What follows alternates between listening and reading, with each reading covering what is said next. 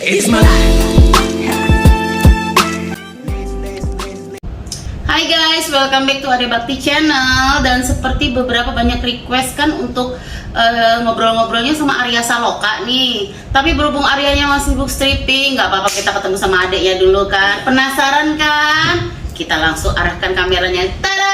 Ya benar banget. Saya Marcel Saloka. Kakak Ade Ya awalnya. ampun, Marcel. Ini tuh kayak jadi sedikit ilustrasi ya guys. Ilustrasi. Aku tuh mau ketemu sama Marcel tuh udah dari beberapa minggu yang lalu gitu kan. Ngobrol-ngobrol terus melihat dia yang kayak wow, Marcel makin glowing, makin wow gitu kan. Terus ceritanya bikin janji dong nih. Tapi dia kayaknya aduh kak lagi sibuk and the bra gitu kan.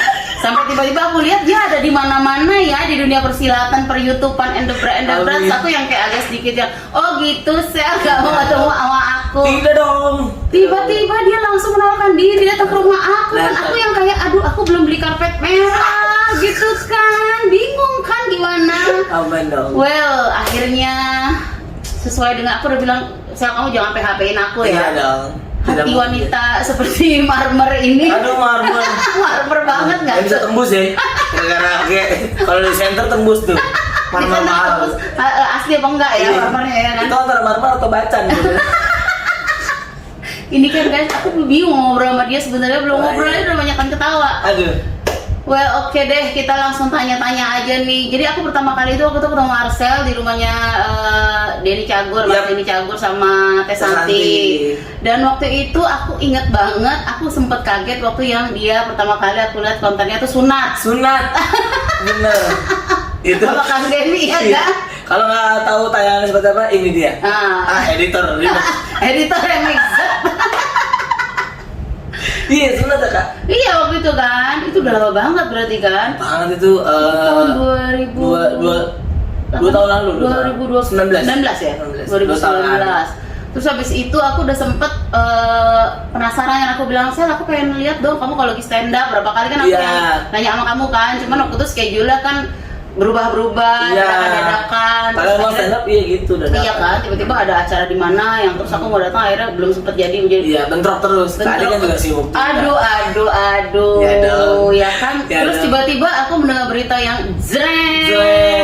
lama tak bertemu, tiba-tiba ada terpampang nyata, Ada. menjadi duta sampo lain. Oh, bukan. Bukan. Saya menjadi duta sampo anjing. Lebih ke grooming ya.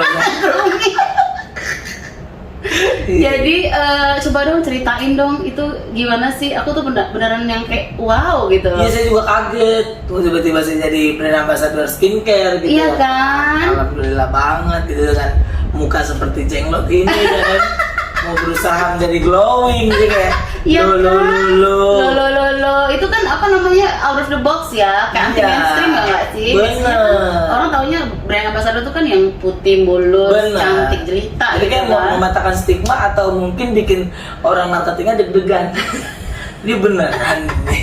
Tapi mungkin bisa jadi diambil dari sisi bahwa nggak semua orang yang mau cantik itu emang dasar udah cantik. Bener. Siapa aja bisa cantik dong, Setuju. siapa aja bisa cakep dong. Setuju. Bahkan dengan Kan? dengan keadaan aku seperti ini dan nanti ketika memakai produknya itu bisa menjadi lebih baik, itu berarti emang benar-benar trusted nih. Benar-benar terpercaya. Iya kan? Gitu. Jadi nggak salah pilih lah MS Glow ya. Iya, benar Bismillah banget. jadi BA juga. Amin. Jadi BA juga. Amin. Lu belum ada soalnya. Tuh kan Iya, mana tahu ya. Ibu-ibu juga harus glowing untuk memaintain rumah tangganya. Tuh, jadi istilahnya stigma yang kata istilahnya ibu-ibu cuma dasteran doang. Aduh, nggak boleh. Nggak ada. Ya? Lihat tadi coba. Oh. Di rumah aja make up. Di rumah aja make up. Cetar bahana. Bukan lagi bulu mata. Di mana-mana matanya.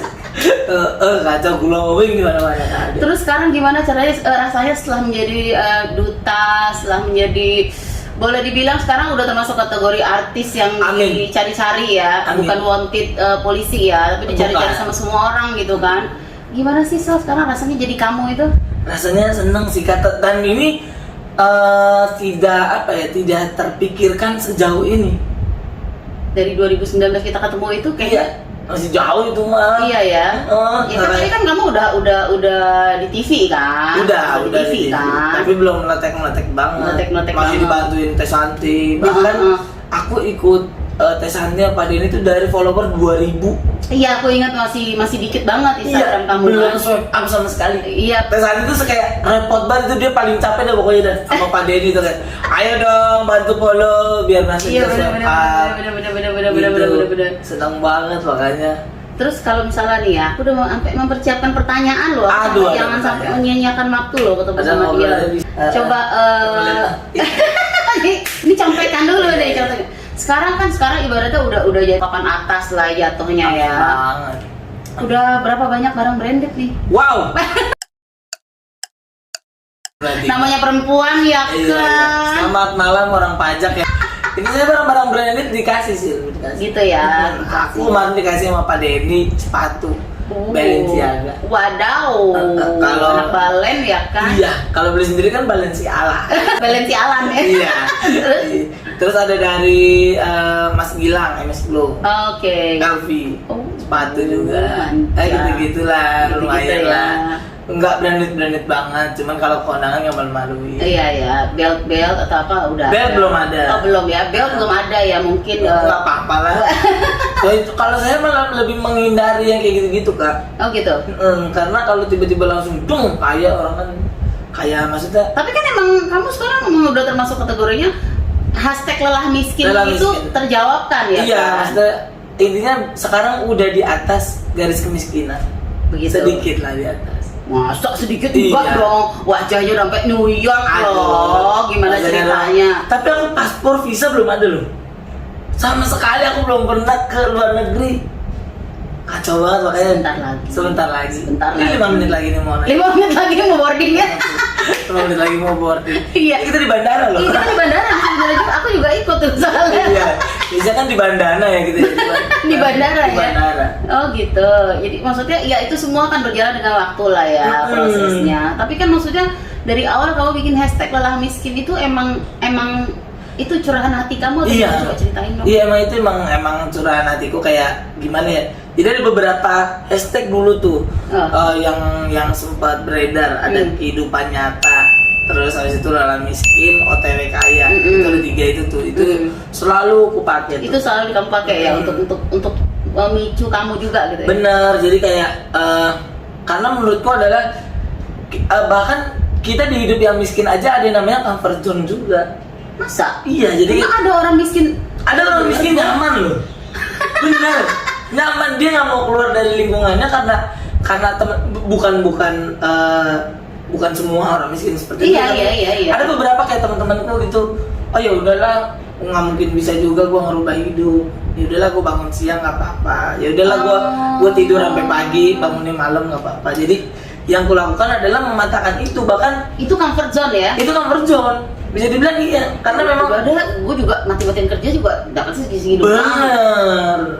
Lo gua ngapain kerja, ya udahlah ini aja udah hidup hari ini. Dengan gua hari ini minta rokok ke sini, minta makan ke sini. Iya. Buat dia udah cukup gitu, udah nyaman gitu ya. Dan aku sempat ngerasain gitu kayak tidur Pernah? pernah nongkrong sampai pagi, terus bangun sore, udah tuh begitu terus, makan cuma sedikit, apa, terus akhirnya kayak nggak bisa nih begini terus gitu, nggak bisa, yang namanya bangun sore tuh nggak boleh gitu sebenarnya. Jadi akhirnya aku rubah mindset itu, aku belajar lagi gitu sampai akhirnya yang bisa dibilang ada ini temanku sih dari stand up Jakarta Utara, dia bilang, Bang Rahman, dia bilang harus menunda namanya kesenangan. Jadi kalau misalkan ketika teman-teman yang lain malam minggu pada kerja, bukan pada pacaran, jalan-jalan, gaul gitu lah ya. Aku lebih ke ya udah nulis materi stand up dulu. Nongkrong juga bukan sekedar nongkrong, kita nongkrongnya juga bahas bagaimana kita punya materi bagus gitu. Terus ya gitu deh. Sekarang satu lagi, kamu emang awalnya tuh stand up itu? Enggak, awalnya aku penonton alay di Dahsyat, sumpah. Aku penonton alay di Dahsyat, Kak. Terus? Jadi aku penonton alay di Dahsyat itu maksudnya lumayan ya, dapat kotak nasi kotak, saku gitu ya? Marisa, Jongos, Sensen, Hah? itu seniorku jauh. Oh, penonton alay. Penonton alay. Itu tahun 2000 berapa itu? Saya 2000 berapa ya? 14 Kak. 14. Aku ikut menonton alay 2012. 2012, oke. waktu masih di bawah tuh studionya, gitu ya. masih dekat Anek. Iya Studionya benar, tuh, iya. yang lagi dicoret-coret di tengah gitu. Sekarang kan udah di studio atas Di kan. atas ya.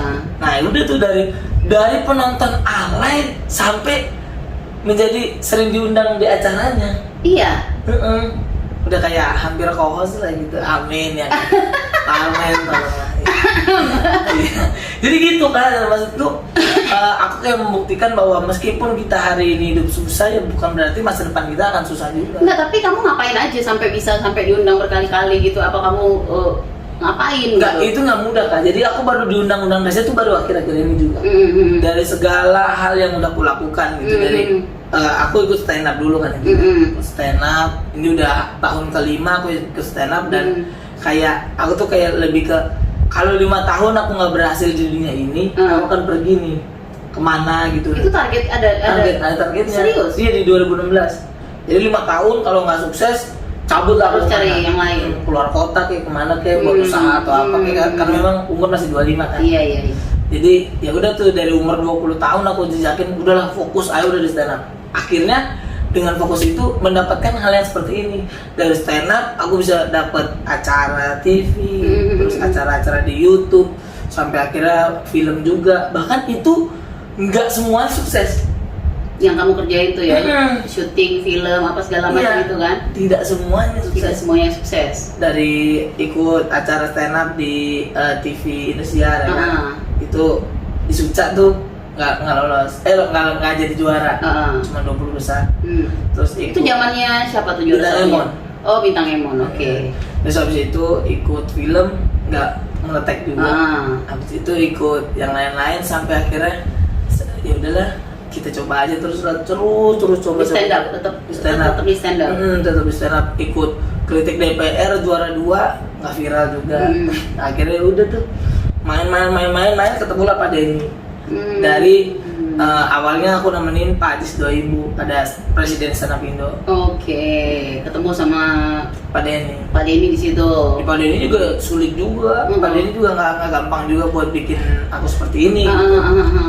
Jadi Pak Denny keras juga, dia tiap malam udah ente ikutannya aja, kasih tahu ajarin cara dia main gimana, terus cara dia mempersiapkan jokes-jokesnya gimana. Udah tuh waktu itu sama Teh Santi, kalau misalkan Pak Denny lagi syuting, saya nemenin Teh Santi syuting YouTube.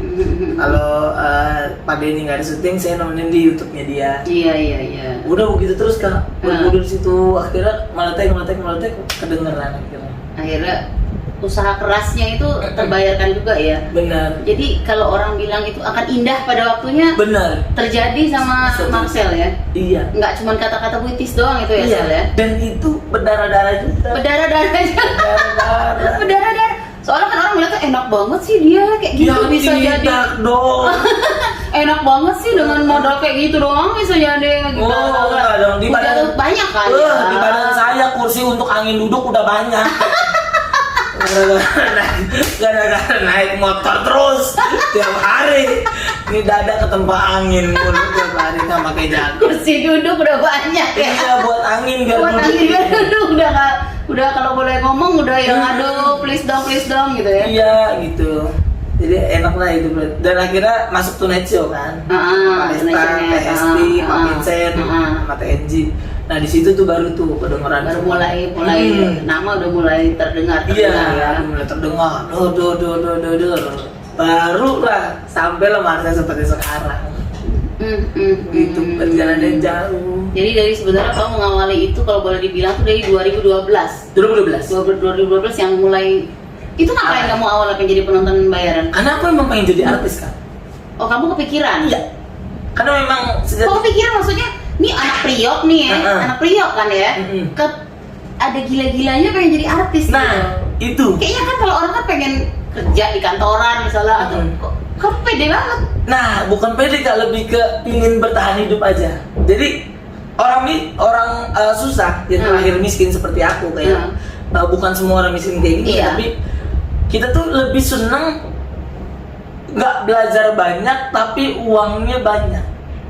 Jadi lebih senang hal yang instan tapi Iya, banyak. iya. Itu- Kerjain dikit langsung ngeluarin dapet duit gitu kan. Itulah kenapa ada judi. Iya. Itulah kenapa ada yang namanya jual narkoba. Iya, benar. Karena cepet dan instan. Iya, Duitnya iya. banyak. Nggak perlu mikir gitu ya. Nggak perlu mikir. Saya masuklah ke artis kak.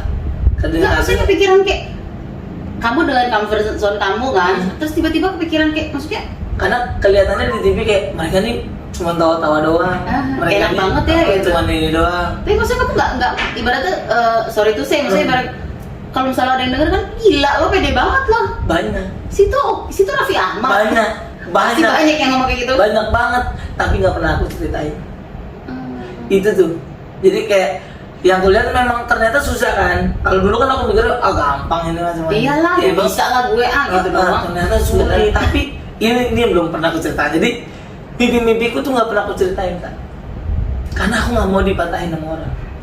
Oke. Jadi ketika mimpi Sama siapapun, sama saudara, sama siapapun, sama saudara, sama keluarga pun enggak.